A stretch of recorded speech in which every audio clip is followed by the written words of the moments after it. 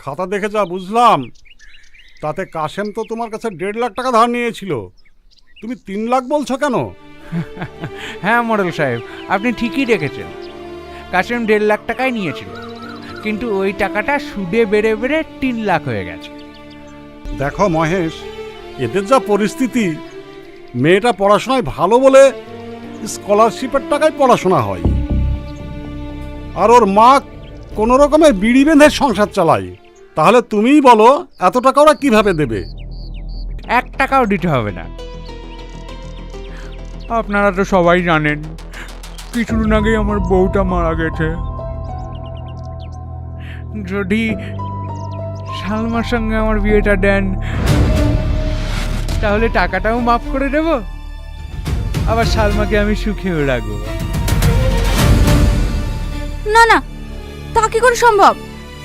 আপনার মতন একটা বয়স্ক লোকের সাথে আমার মেয়ের বিয়ে কিভাবে দেব? ভালো কথা। হাত যখন পেতেছি টাকাটা দিন, নাহলে মেয়েটা হাতে তুলে দিন। কি বলেন মোড়ল মশাই? হ্যাঁ, কথাটা অবশ্য তুমি ঠিকই বলেছ। বোমা, তাহলে কি করবা বলো? ঋণ তো তোমার স্বামী করেছে, পরিশোধ তো তোমাকেই করতে হবে।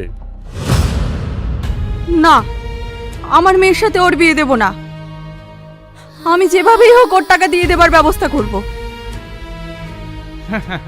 টাকাটা কবে দেবেন সেটা তো বলুন। আমাকে 2 মাস সময় করে দেন। ঠিক আছে, তোমার কথাই মেনে নিলাম। মোড়ল সাহেব, ড্যামি তৈরি করুন।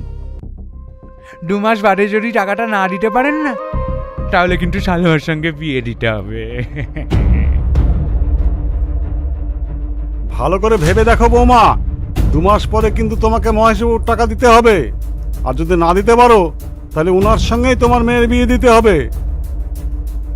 দেবে তো?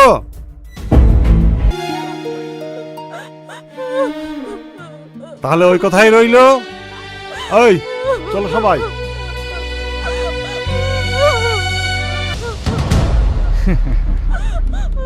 কিরে সালমা, রোদে পুড়ে পুড়ে মুখটা তো কালো করে ফেলেছিস, একটু চুনো ফুনো মাখিস। তোমাকে অত দেখতে হবে না। আমি ছাড়া তোকে কে দেখবে বল? 2 মাস বাদে তো তুই আমারই হবি। কর্তা, এরা ভালোবাসার মূল্য দিতে জানে নাকি? চলেন। পিড়িটি কাঁঠালের আঠা, লাগলে পরে ছাড়ে না। গোলেমালে গোলেমালে পিড়িত করো না।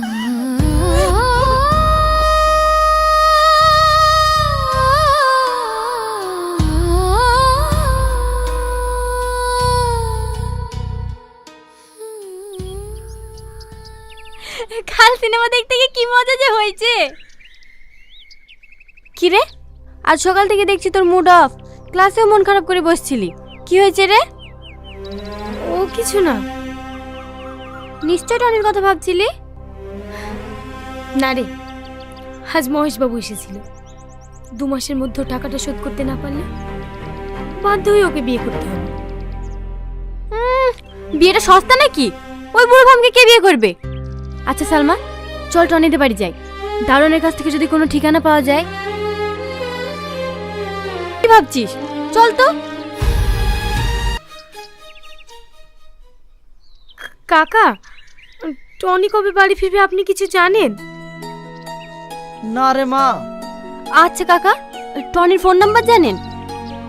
দেখো মা, ওর ফোন নাম্বার জানলে আমি তোমাকে দিতে পারবো না, কারণ এটা বড় সাহেবের অর্ডার। তোমরা এখন যাও, বড় সাহেব দেখলে আবার বকাবকি করবে। টনি আসলে আমি তোমাদেরকে খবর দেবো।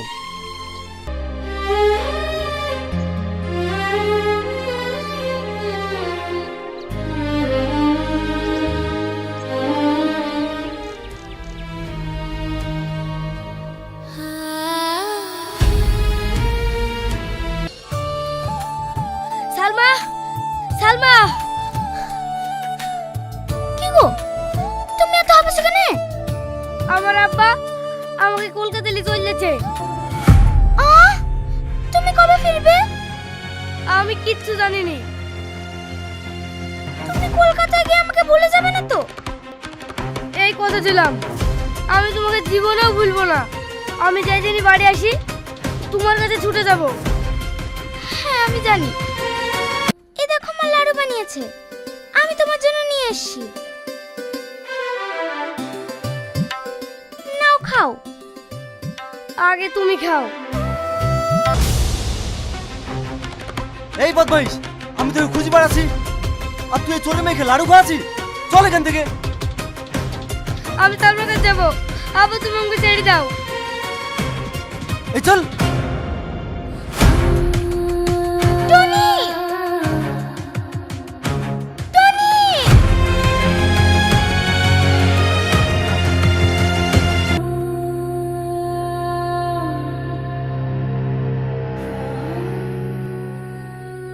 বুড়ি, আর কতদিন টনির লেগে অপেক্ষা করে থাকবি বলতো? সারা জীবন। ওকে আমি কোনোদিনও ভুলতে পারবো না, মৃত্যুর আগ পর্যন্ত। এই পরীক্ষা তো শেষ হয়ে গেল, চো সবাই মিলে আমরা দার্জিলিং ঘুরে আসি। কিরে টনি, যাবি তো? না রে, আমি যাব না, তোরাই যা। অনেক বছর বাড়ি যাওয়া হয়নি, তাই ভাবছি বাড়ি যাব। তা যাবা কেন? তুমি যে কিসের জন্য বাড়ি যাবা তা আমরা ভালোভাবেই জানি। হ্যাঁ, তুই ঠিকই ধরেছিস। আমি সালমার জন্য বাড়ি যাচ্ছি। ওর সঙ্গে আমার 10 বছর দেখা হয়নি। আচ্ছা তুই কি করে ভাবলি তুই 10 বছর পর বাড়ি যাবি আর তোর লেগে অপেক্ষা করে বসে থাকবে? আরে ও গ্রামের মেয়েরে ভাই, দেখা বিয়ে শাদী করে সংসার করছে। হয়তো তুই ঠিকই বলছিস, কিন্তু গ্রামের ভালোবাসা হলেও সেটা সত্যিকারের ভালোবাসা। আর আমার বিশ্বাস ও আমার জন্য এখনো অপেক্ষা করে আছে। তাহলে কবে যাচ্ছিস? আজকে রাতেই বেরোবো।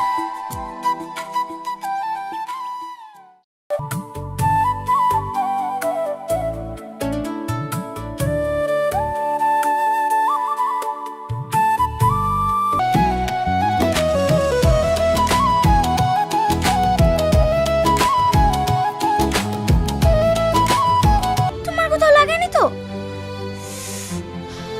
লেগেছে। আমার ভুল হয়ে গেছে, আমি কান ধরে বলছি আর কোনোদিন এমন কাজ করব না। কি গো, তুমি কাজ জোগালে? জানো তো, তোমার কষ্ট হলে আমার প্রচন্ড কষ্ট হয়। হার পাগলি, আমার কিচ্ছু হয়নি, আমি তো অভিনয় করছিলাম। বদমাইশ, দাঁড়া বলছি, দাঁড়া, দাঁড়া বলছি, দাঁড়া বলছি, দাঁড়া।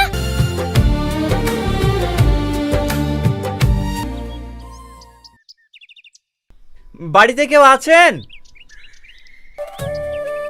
কি ব্যাপার, বাড়িতে কেউ নেই নাকি? কে? বলছিলাম কাকি, এতে বাড়িতে কেউ নেই? এরা কেউ নাই তো? কেন, তুমি টাকা পাবা নাকি? না না কাকি, আমি টাকা পাবো না। এরা কোথায় গেছে জানেন? না না, এরা কোথায় গেছে আমি জানিনি। লোকের সাথে টাকা নিয়ে নিয়ে এদের প্রচুর ঋণ হয়ে গেছে। আজ শুক্রবার তো, বন্ধনের লোক আসবে টাকা নিতে, পালিয়ে গেছে মনে হয়।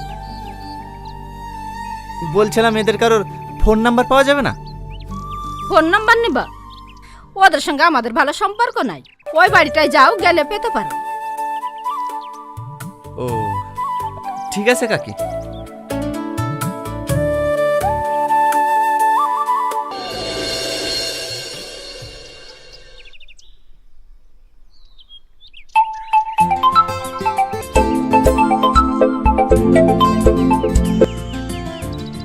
হ্যালো, কে সালমা?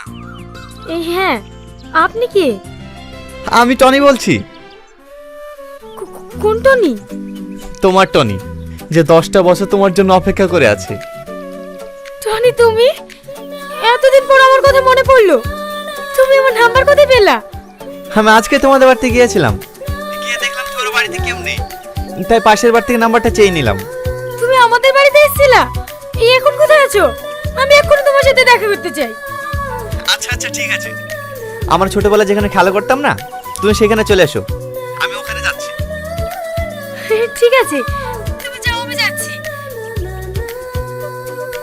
কি রে, টনি ফোন করেছিল? হ্যাঁ, এক্ষুনি ওর সঙ্গে দেখা করতে যাবো বান্ধবী, এক্ষুনি। আজ আমি ভীষণ খুশি। আজ 10 বছর পর তুই তোর ভালোবাসার মানুষের সাথে দেখা করতে যাবি। তোদের এই ফিলিংস দেখে কি মজা হবে।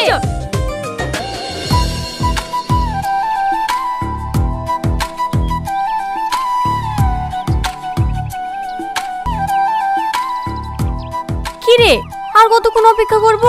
তোর টনি কখন আসবে? একবার ফোন কর না। আর ফোন করতে হবে না, মনে হয় টনিই ফোন করছে।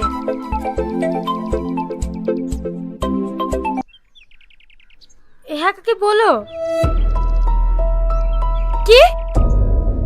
মার বুকে যন্ত্রণা করছে, নিঃশ্বাস পাচ্ছে না। আমি এক্ষুনি আসছি।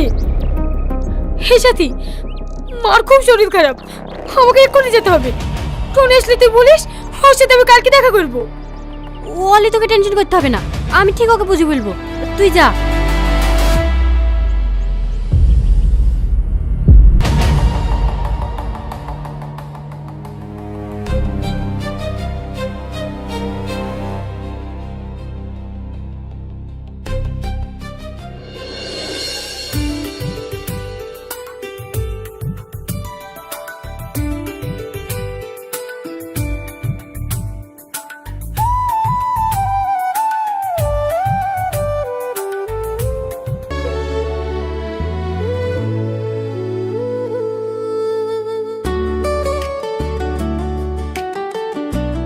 তোমার নাম টনি? হ্যাঁ। Wow, so handsome.